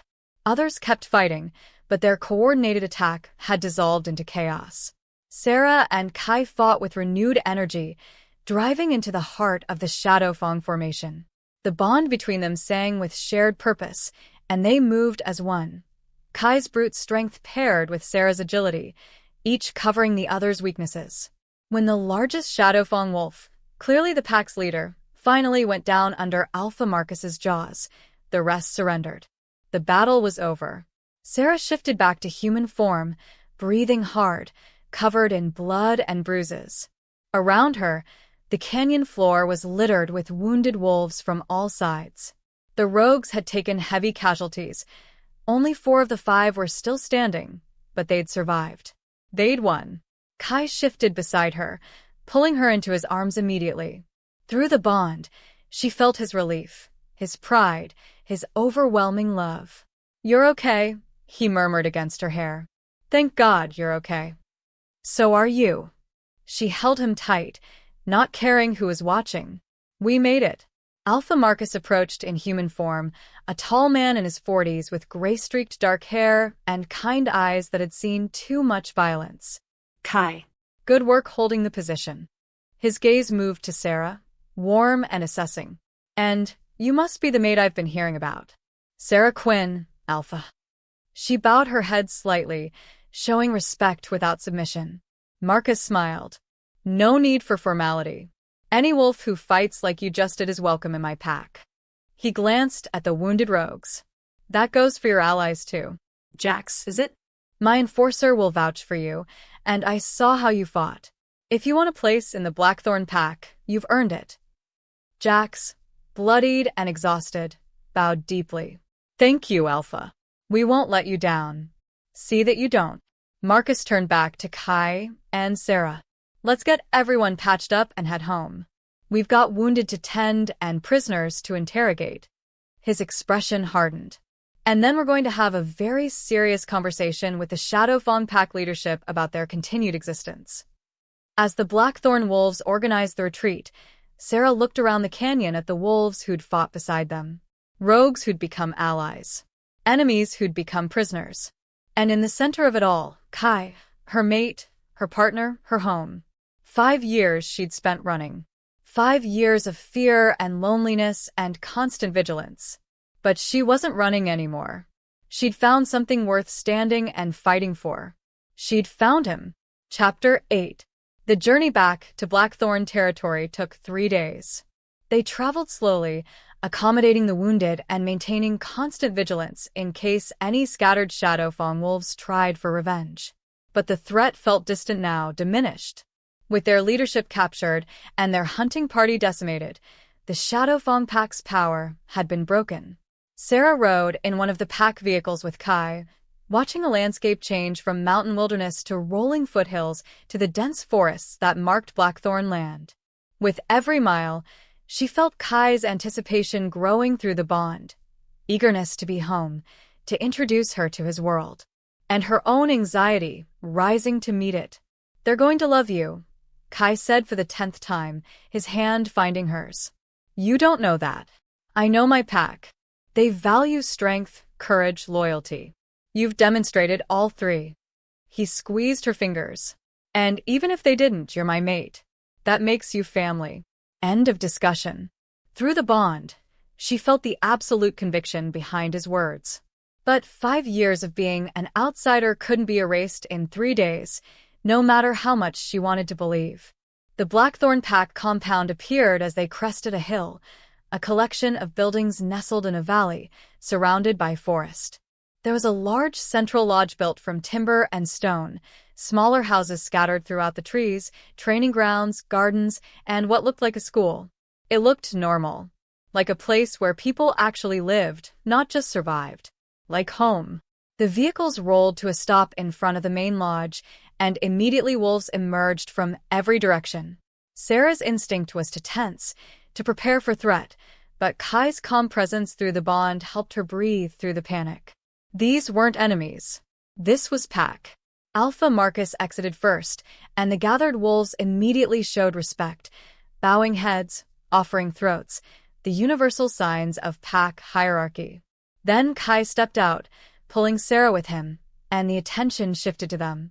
Sera felt dozens of eyes assessing her, judging her, wondering about the rogue who'd somehow captured their enforcer's heart. She lifted her chin, refusing to show weakness, and felt Kai's approval through the bond. Blackthorn Pack, Marcus's voice carried across the assembled wolves. We've returned victorious. The Shadowfawn threat has been neutralized, and we've gained new packmates in the process. He gestured to Jax and his crew, who looked uncomfortable but determined. These rogues fought beside us with honor. They've earned a place here if they want it. Murmurs of approval rippled through the crowd. And this, Marcus continued, his hand moving to indicate Sera, is Sera Quinn, Kai's mate. She will be welcomed as pack, with all the rights and protections that entails. More murmurs, these more curious than approving. Sera felt her wolf bristle at the scrutiny, but Kai's presence anchored her. Then a voice cut through the crowd, female, bright with excitement. Kai. A woman pushed through the assembled wolves, and Sera recognized her instantly from Kai's descriptions. Elena was smaller than her brother, but shared his dark hair and gray eyes. She was beautiful, glowing with new motherhood and radiating pure joy. Elena threw herself at Kai, who caught her with a laugh. Missed you too, little sister. Don't ever scare me like that again. Do you know what it's like getting reports that you're trapped in a blizzard fighting off assassins? Elena pulled back to smack his arm. Then her eyes found Sera. And you must be the mate who's had my brother completely distracted for weeks. Sera, she managed, suddenly nervous in a way that combat had never made her. It's nice to meet you. Elena's smile was warm and genuine. Welcome to the family. She pulled Sera into a hug before she could protest, and despite her discomfort with casual touch, Sera found herself hugging back. Through the bond, she felt Kai's relief and happiness. His two favorite people meeting, accepting each other. The rest of the afternoon passed in a blur of introductions and pack rituals. Sera met Elena's mate, Damien, a quiet tracker with kind eyes. She met the pack healer, the warriors who'd fought beside them, the mothers who ran the school, the elders who kept pack history. Each wolf welcomed her with varying degrees of warmth, but none with open hostility. By the time the formal introductions were done, Sera's head was spinning with names and faces. Overwhelmed, Kai murmured as they finally escaped to his house, a small cabin on the eastern edge of the compound, private but not isolated. Completely. Sera sank onto his couch, a real couch with actual cushions, and nearly groaned with relief. How do you keep everyone straight? Practice. And time. Don't worry, you'll learn. He moved to the kitchen, pulling out food and drinks. For now, just focus on the important ones. Marcus, Elena, the senior warriors. The rest will come. Sera watched him move around the space with easy familiarity, and something warm bloomed in her chest.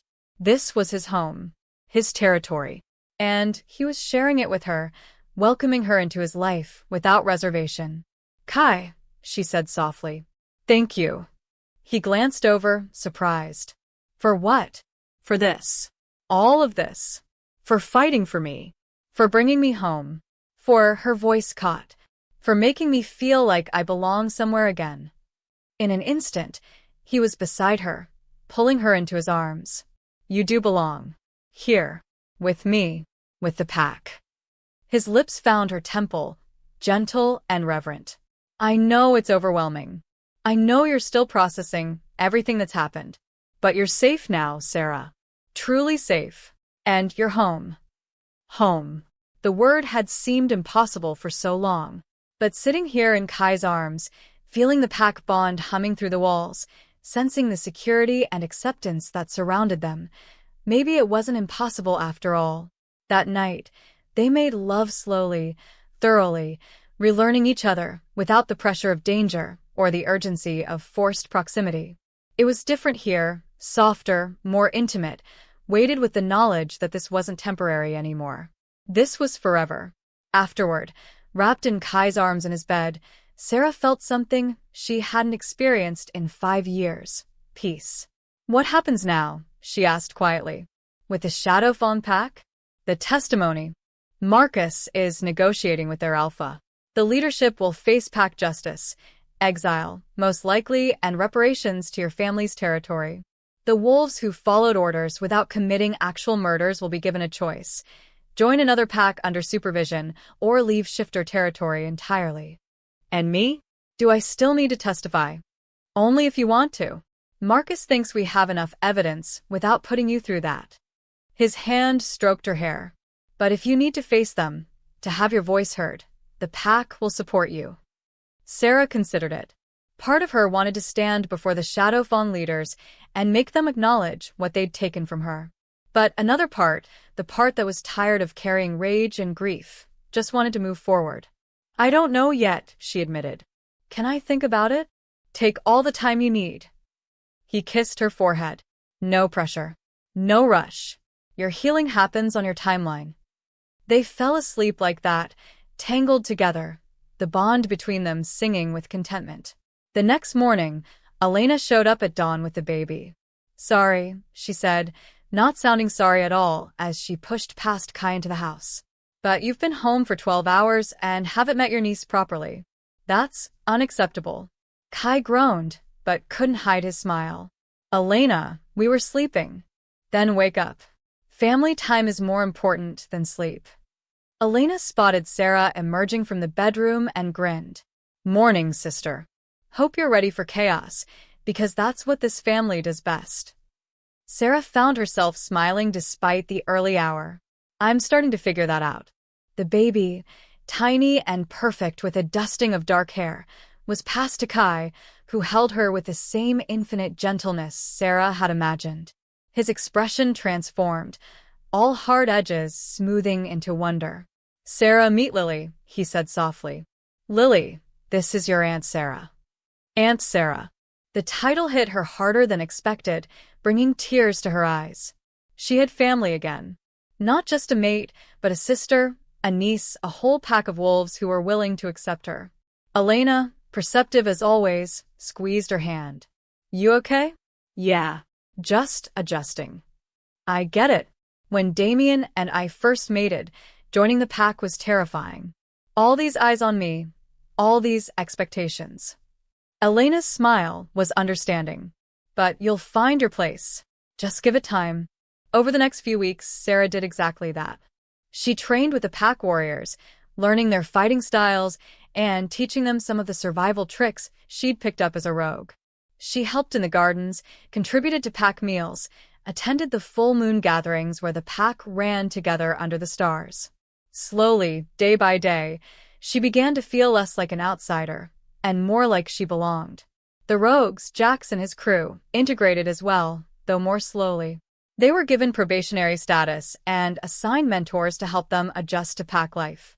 Jax ended up working with Damien on tracking patrols, and the others found their niches in security and logistics. It wasn't perfect. There were still moments when Sera felt the weight of stares, heard whispered questions about the rogue enforcer's mate. There were nightmares about the Shadowfang attack, moments of panic when she forgot she was safe. But Kai was always there, steady and patient, helping her through the rough patches. And the bond between them only grew stronger, deepening into something unshakable. 6 weeks after arriving at Blackthorn territory, Alpha Marcus called Sera to his office. She went nervously, unsure what to expect, but found him warm and welcoming as always. Sera, he said, gesturing to a chair. Thank you for coming.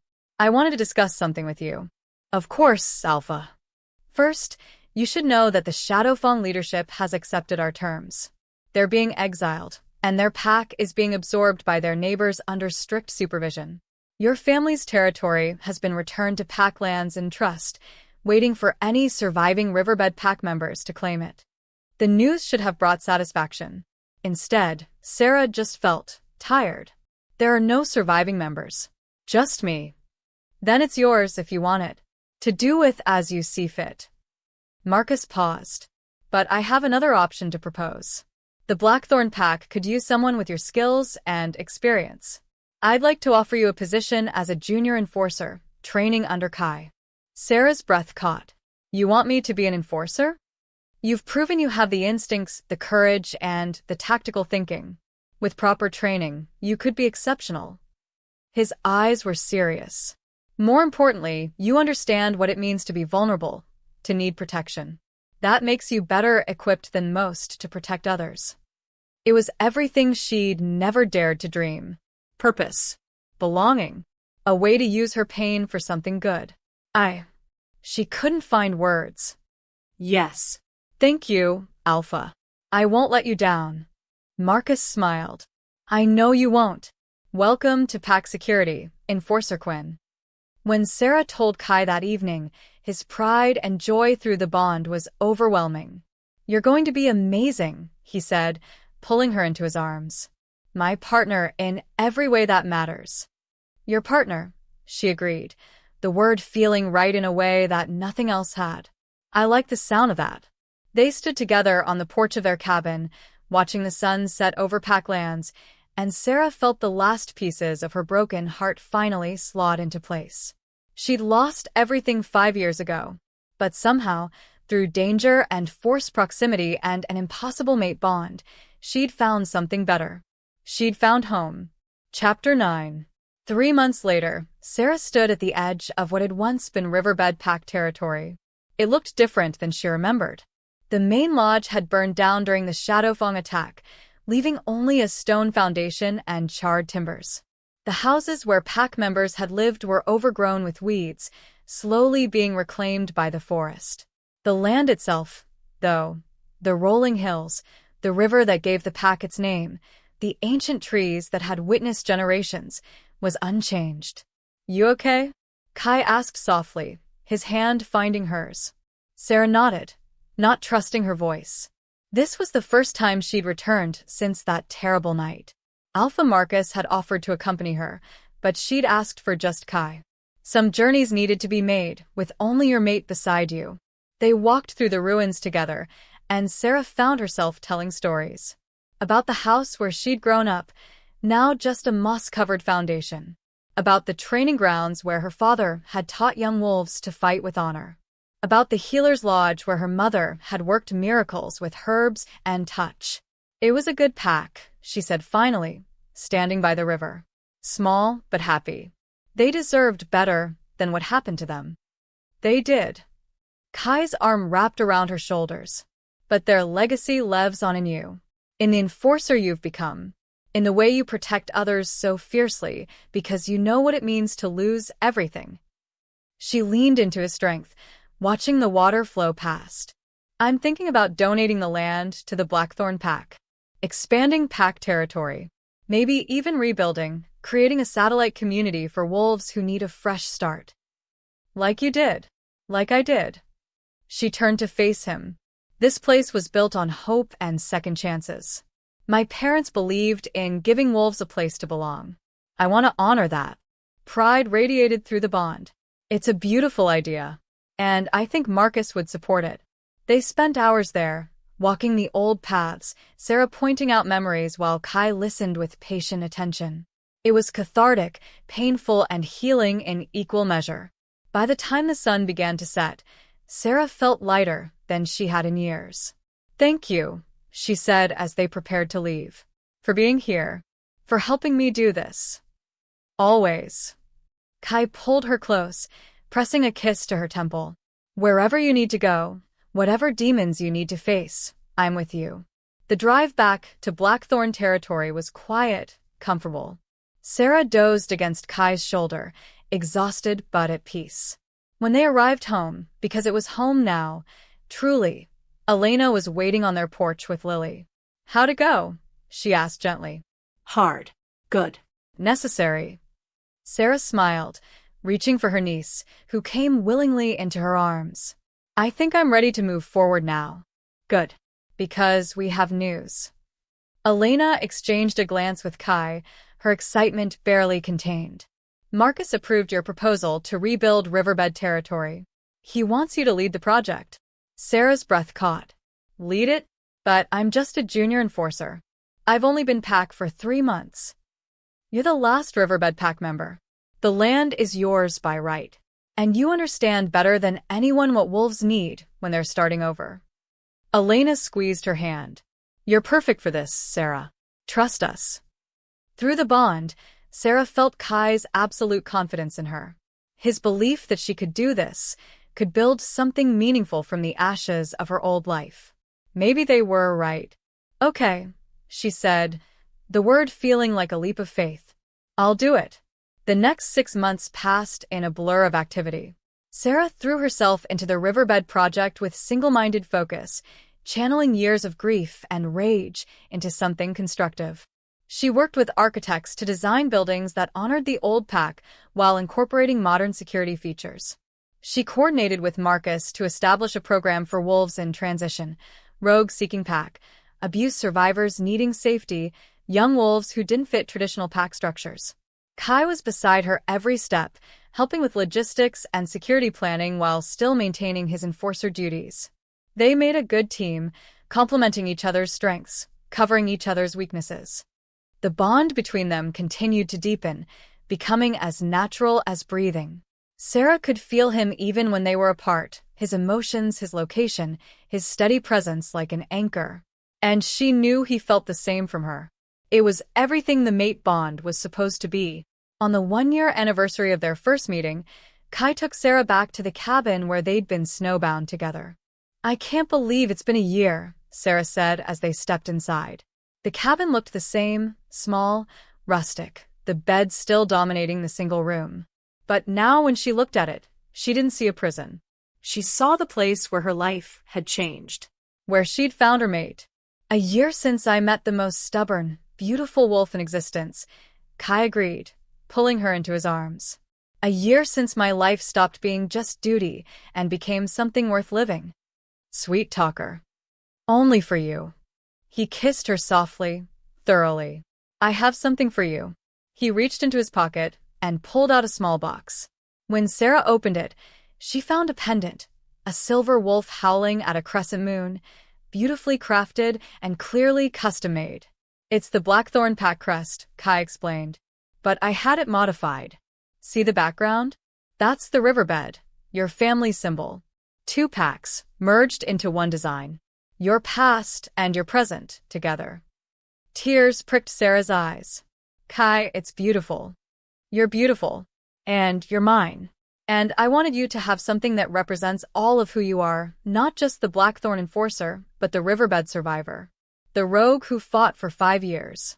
The mate who claimed my heart. He fastened the pendant around her neck, his fingers gentle. I love you, Sera. Every fierce, complicated, magnificent part of you. I love you too. The words came easily now, without fear or hesitation. You gave me back my life. My purpose. Myself. They made love there in the cabin, in the bed where they'd first given in to the mate bond, and it felt like coming full circle. From forced proximity to chosen partnership. From reluctant allies to devoted mates. When they finally headed home the next morning, Sera felt a completeness she'd never thought possible. The scared, angry rogue who'd walked into this cabin a year ago was gone, replaced by someone stronger.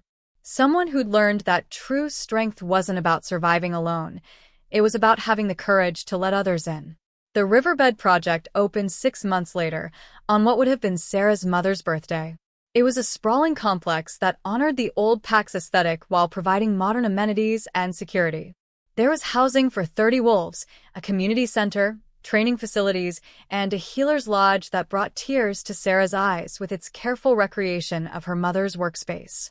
At the opening ceremony, Alpha Marcus stood before the assembled Blackthorn Pack and the new Riverbed residents, a mix of rogues, transition wolves, and a few former Shadowfang members who'd proven themselves worthy of second chances. This place represents the best of what we can be, Marcus said, his voice carrying across the crowd. Not just survival, but thriving. Not just acceptance, but genuine welcome.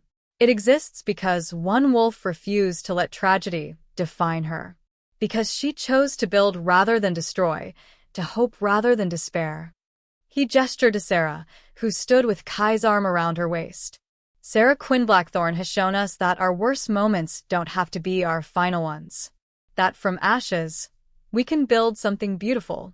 Riverbed Pack is reborn today, not as it was, but as something new.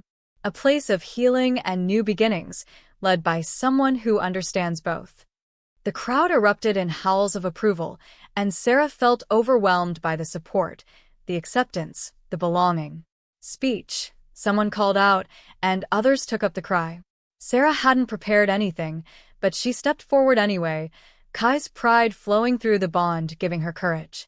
1.5 years ago, I was alone, she said, her voice steady despite her nerves. I'd spent 5 years running, convinced that I'd lost everything that mattered. That I'd never have a home or a pack or a future again. She paused, her eyes finding Kai's. But I was wrong. Because home isn't a place, it's people. It's finding wolves who see you at your worst and choose to stand beside you anyway. It's having a mate who believes in you even when you don't believe in yourself. She looked out at the gathered wolves, pack members she'd trained with, rogues she'd welcomed, the new Riverbed residents who were taking their own leaps of faith. This place is for anyone who needs a second chance. Anyone who's lost their way and needs help finding it again. Anyone who's been told they don't belong and wants to prove otherwise. Her voice grew stronger. You're all welcome here. All worthy. And together, we're going to build something that honors both the past and the future. More howls, louder this time. And as Sera stepped back into Kai's arms, she felt the rightness of this moment. Everything she'd suffered, everything she'd survived, it had led here. To this place, this pack, this life. To him. Proud of you, Kai murmured against her ear. Couldn't have done it without you. Sure you could have. But I'm glad you didn't have to. That night, they celebrated with the pack. Food and music and stories shared under the stars. Sera watched Elena dance with Damien, Lily sleeping peacefully in a nearby carrier. Watched Jax laughing with other former rogues, finally relaxed and at home. Watched wolves from different backgrounds mingling freely, bound together by shared pack bonds. This was what her parents had built, what the Shadowfang pack had tried to destroy. But they'd failed, because the spirit of pack, of family, belonging, hope, couldn't be killed. It could only be transformed, renewed, reborn. Later, alone in their cabin, Sera stood with Kai on the porch, watching the moon rise over pack lands. No regrets? Kai asked softly. Not a single one. She turned to kiss him, slow and sweet. You know what the best part is? What? This is just the beginning. We have decades ahead of us. Building the pack, raising pups of our own someday, growing old together. She smiled against his lips. I spent so long thinking my story ended that night the Shadowfang pack attacked. But it didn't end. It just paused. And now it's starting again, better than I ever imagined. Our story, Kai corrected gently. Not just yours. Ours. Ours, she agreed. Forever. And as they stood there under the stars, the mate bond singing between them and the pack sleeping peacefully around them, Sera knew with absolute certainty that she was exactly where she was meant to be. Home. 2 years later. Sera woke to the sound of construction and smiled before she even opened her eyes. The riverbed community was expanding again, the third phase of development, adding housing for 20 more wolves. What had started as a project to honor her past had become something bigger, something vital to the entire region. Word had spread about the pack that welcomed outsiders, and wolves came from all over seeking refuge, second chances, fresh starts.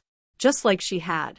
Beside her, Kai was already awake, propped on one elbow and watching her with an expression that still made her heart race even after 2 years of mating. Morning, he murmured, pressing a kiss to her shoulder. Morning yourself. She stretched, feeling pleasantly sore from the previous night's activities. The mate bond might have settled into comfortable familiarity, but the physical attraction between them had only intensified with time. What time is it? Early. But we have that meeting with Marcus at 9 about the security expansion. Right. The meeting. Sera groaned and burrowed deeper into the pillows. Can't you handle it? You're the senior enforcer. And you're the riverbed alpha.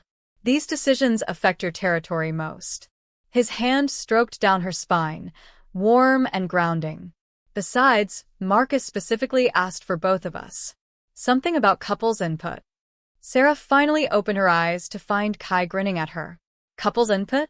Since when does Marcus care about couples input? Since Elena told him he was being insensitive by always scheduling meetings during our personal time. Kai's grin widened. My sister has him thoroughly domesticated. Your sister is terrifying. That too. They got ready together with the practiced ease of mates who'd shared space for years.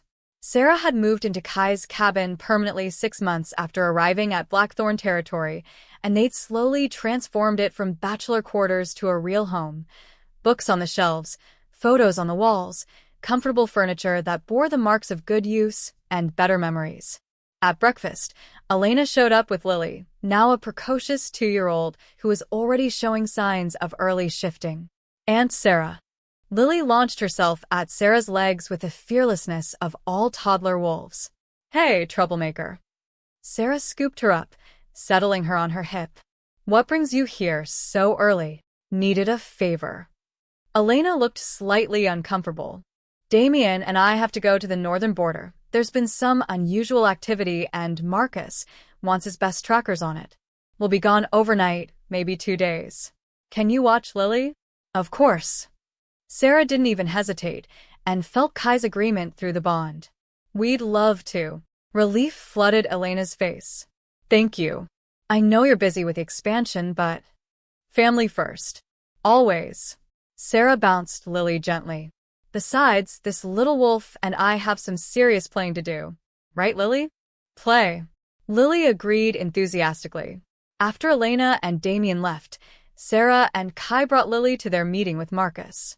The alpha took one look at the toddler and laughed. Let me guess. Northern border issue. You know your pack well, Kai said dryly. They conducted the meeting with Lily playing quietly nearby, or as quietly as a 2-year-old could manage.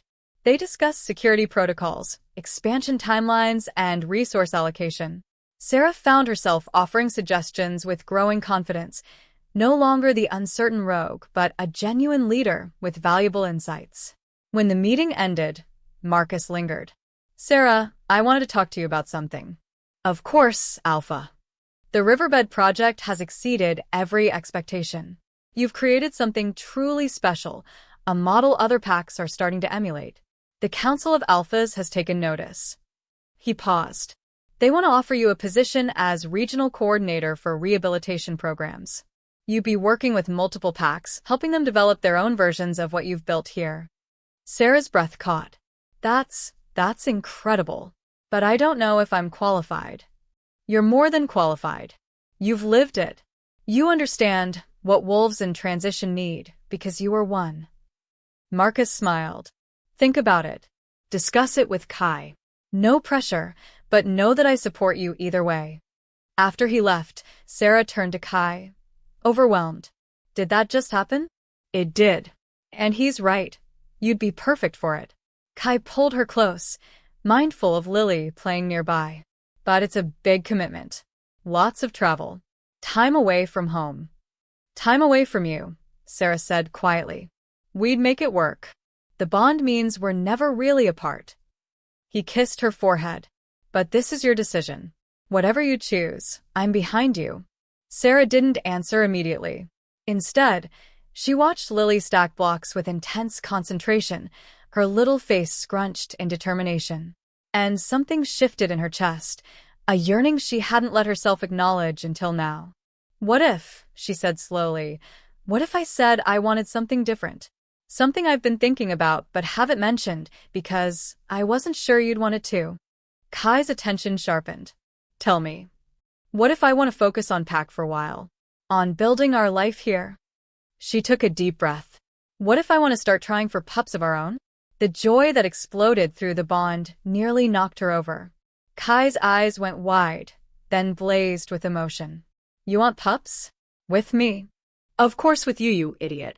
Who else would I want them with? She laughed, but tears were threatening. I know it's not exactly career advancement, and maybe the timing is bad with the expansion, but... He kissed her, deep and thorough, and full of promise. When he pulled back, his eyes were suspiciously bright. The timing is perfect, and there's nothing I want more than to build a family with you. Yeah. He rested his forehead against hers. I've been wanting to ask, but I didn't want to pressure you. Didn't want you to feel like you had to choose between career and family. What if I told you I want both? Just sequentially? Sera smiled. Start our family now, while the Riverbed expansion is finishing. Then in a few years, when the pups are older, maybe revisit the regional coordinator position. Then I'd say you're brilliant and I love you, and let's start trying right now. Kai. She laughed, swatting at him. Your niece is right there. So we wait until nap time. Point is, yes. Absolutely yes. They spent the rest of the day playing with Lily, and Sera found herself imagining what it would be like with their own pup. A little girl with Kai's gray eyes. A boy with her stubborn spirit. Or maybe twins that ran in shifter families sometimes. The future stretched out before her, full of possibility and hope. That evening, after putting Lily to bed in their guest room, Sera and Kai stood on their porch under the stars. In the distance, she could see the lights of both Blackthorn proper and the Riverbed community. Two packs, merged not by conquest but by choice. By healing and hope and hard-won trust. I never thought I'd have this, Sera said softly. A mate. A home. A future. For 5 years, I was just surviving. And now you're thriving. Kai wrapped his arms around her from behind, his chin resting on her shoulder. "We both are." It started in that cabin, that ridiculous, tiny cabin where we were stuck together, driving each other crazy. Best assignment I ever took. Best trap I ever walked into. She turned in his arms to face him. "I love you, Kai Blackthorn. Thank you for not giving up on me, even when I was determined to push you away. I love you too, and I never could have given up on you. You're my mate, my partner, my home." He kissed her gently. "My everything." Inside, Lily stirred and called for them. They went to her together, soothing her back to sleep with quiet murmurs and gentle touches. And as they stood over the sleeping toddler, Sera felt a peace so profound it made her chest ache. This was what she'd been running toward all along, even when she thought she was running away. Family, Love. belonging, home. And tomorrow, they'd start trying for their own pups. Start building the next chapter of their story. But tonight, standing with her mate under the stars with a sleeping child nearby and the pack safe around them, Sera Quinn Blackthorn was exactly where she was meant to be. Finally, after so many years of wandering, she'd found her way home. And she was never leaving again. The end. And that, Captive Hearts, is the story of two wolves who were forced together by fate and circumstance, only to discover they'd been meant for each other all along. Sera and Kai proved that sometimes the best love stories come from the most unlikely beginnings, that being trapped together can be the greatest gift, if you're brave enough to let down your walls and let love in. Thank you for listening to this journey of forced proximity, fated mates, and finding home in the most unexpected places. If you enjoyed Sera and Kai's story, don't forget to like, comment, and subscribe for more shifter romances that will keep your heart racing and your emotions soaring. Until next time, may you find your own mate in the most unexpected places, even if it takes a blizzard to bring you together.